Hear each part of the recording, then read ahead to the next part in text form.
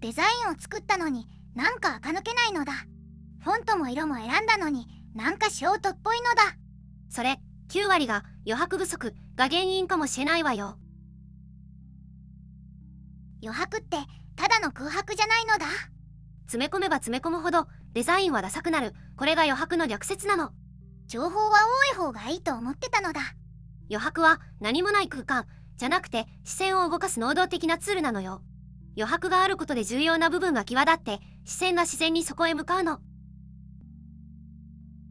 じゃあどうすればいいのだ。初心者が覚えるルールは3つだけよ。1つ目は引き算の発想、要素を足すより1つ削ってみること。2つ目は8ピクセルを基本単位にする。余白を8、16、24ピクセルで統一するだけで整って見えるわ。数字で管理するのだ。すごいのだ。3つ目は AI への余白指示、上下に24ピクセル以上の余白をといえば AI の出力が変わるわよ。余白の言葉を知るだけで AI も使いこなせるのだ。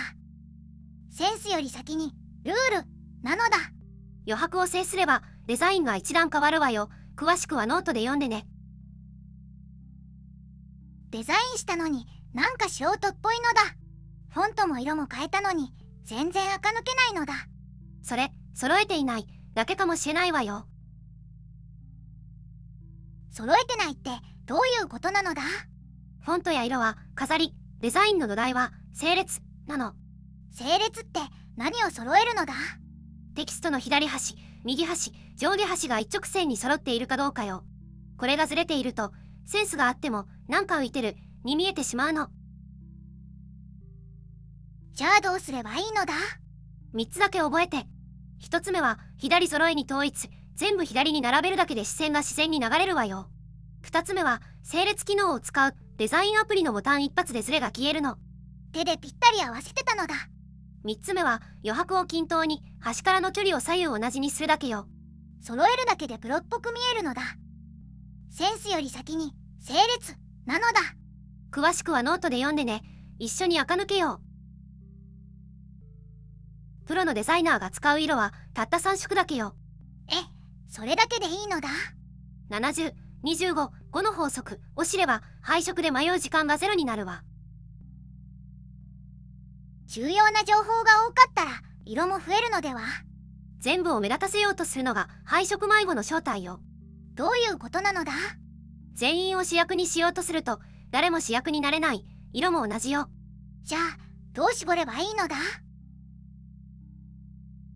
色に役割を決めるの。ベース 70%、メイン 25%、アクセント 5%。アクセントが 5% しかない。少なすぎないのだ。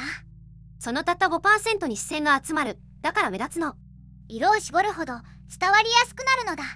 色彩研究者のルードも言ってるわ。美しい配色は少ない色で達成できるって。3色ルール今日から使えるのだ。配色で迷ったら70、25、5を思い出してそれだけでデザインが変わるわ。スライド作ったのだ。でもなんか素人っぽいのだ。フォント変えても変えてもすっきりしないのだ。あ、それフォントの種類を増やす方向で考えてるからよ。種類を増やしたらダメなのだ。プロのデザイナーって一つのデザインでフォントに3種類しか使わないの。そんなに少ないのだ。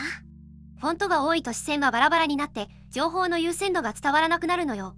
なんか読みにくいって感覚、これが原因なの。じゃあどうすればいいのだ。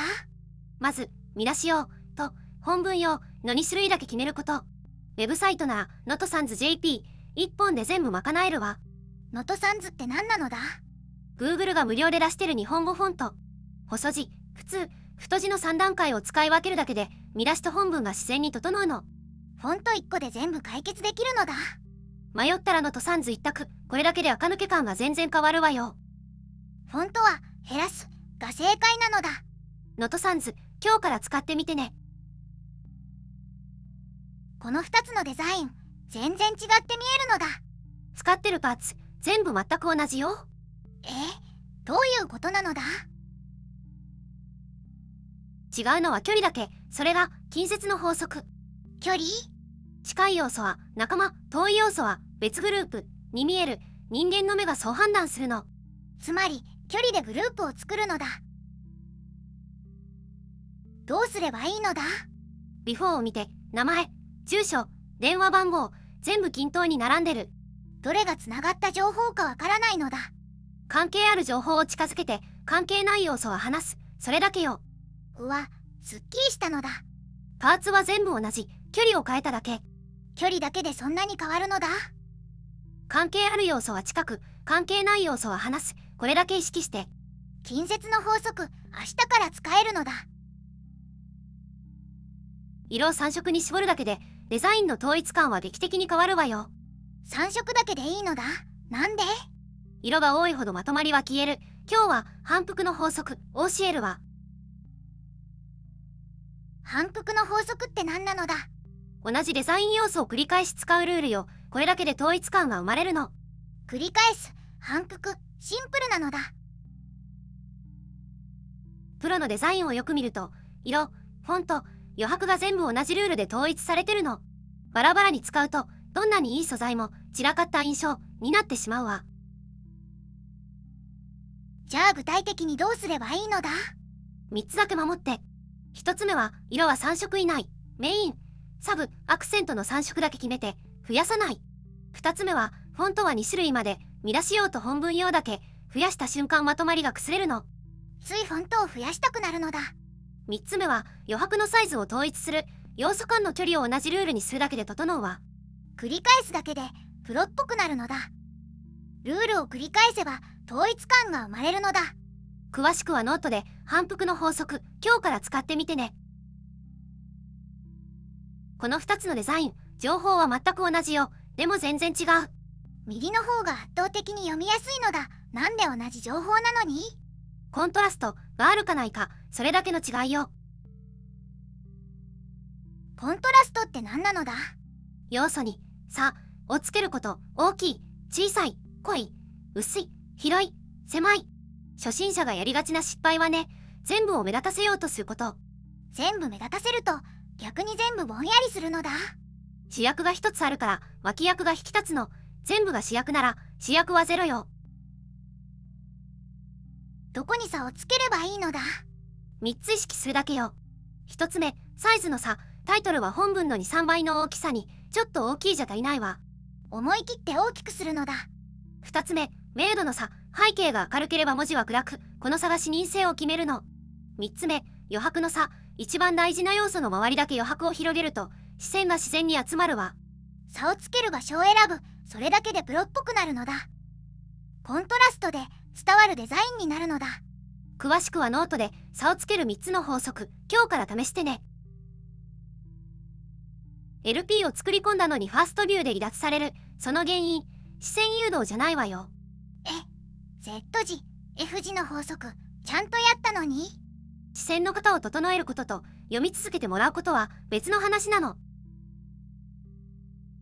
じゃあなんで整えても読まれないのだ？スマホでは一瞬でスクロールされるわ。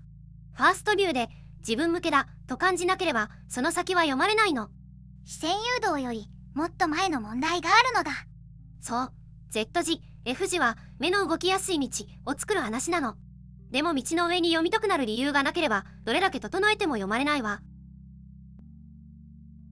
じゃあ何から直せばいいのだ？まず3つだけ見て誰向けかを3秒で伝える。読みたい理由を作る。見出しを問いの形にする。見出しを問いの形に？成果が出ない理由よりなんでやっても結果が出ないんだろうの方が読者はまさにそれと感じて読み進めるわ。細部より先にこの3つなのだ。視線誘導は捨てなくていい。でもそれだけに頼らないこと。最初に読む理由を作るのは言葉なのだ。